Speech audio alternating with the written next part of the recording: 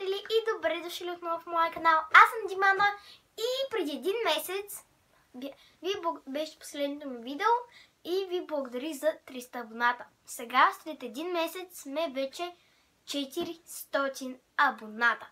Благодаря ви наистина толкова много. Не вярвах, че това ще стане и за това днес съм ви подготвила едно специално видео, което мисля, че няма в YouTube, освен Славина, която го направи и аз взех от нея идеята. И за това нека да започнем с него. Ще разберете, като продължите да гледате. Темата на видеото е, че ще променя цялостния си вид според зодията ми.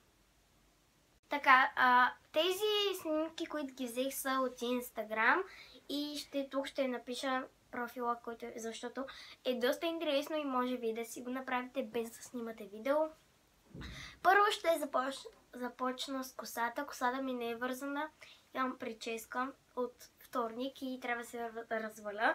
И за това сега ще видя прическата. Прическата е да се направи тук две копчета.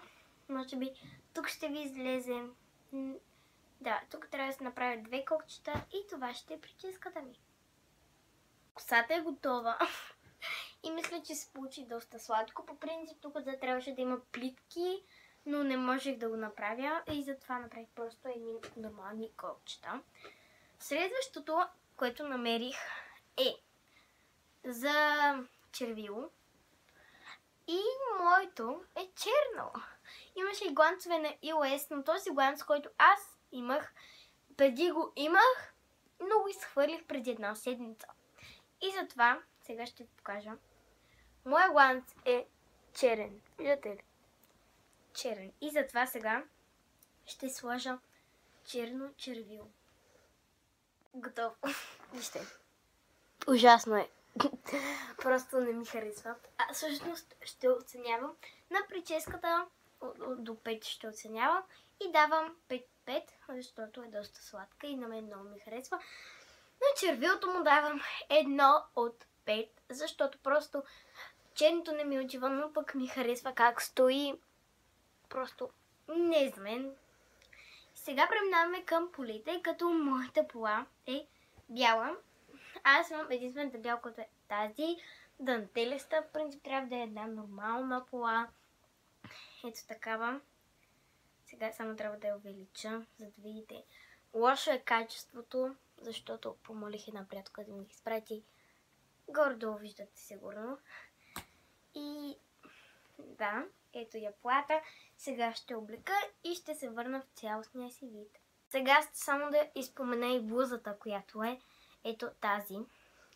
Аз имам подобна розова. Ето я. И тук също пише надпис. Тя е черен, но сега тя е мокра и за жалост не мога да я облека. И взех ето тази, която вие сте я виждали. Ето я. Тя също е розова, само че по средата има надпис. И бялата полишка и ще видите вече в цялостния ми вид. И ще видим каква принцип съм според моята зодия. Сега ще оценя дрехите, тъй като вече оцених косата и червилото на блузата и давам, разбира се, 4 от 5D, защото е доста тънка и не може да се носи всеки сезон, но е наистина много сладка и хубава. А на полата ще й дам 5 от 5, защото е много хубава, но заедно не бих излязла. Така принцип бих излязла с тази блуза и дънки или черен клин, но не бих излязла по принцип по този начин. Просто защото това не е вярно, което казвам в Instagram. Аз имам мой вкус за стил, дори да съм зодия Лъв, имам мой вкус за стил и всичко това, което казват в социалните мрежи и в Facebook, където и да е, не е толкова 100% вярно. Затова просто се обличайте както ви искате и говорите както ви искате.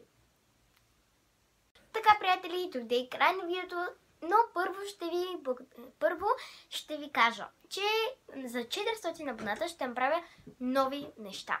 Първо, че ще качвам по-често И до сега не качвах често, защото първо бях втора смяна, второ имам проблеми с програмата, трето мързеше ме и четвърто един клип се заснема поне 2 часа, обработката е 1 час, а качването е 10 минути.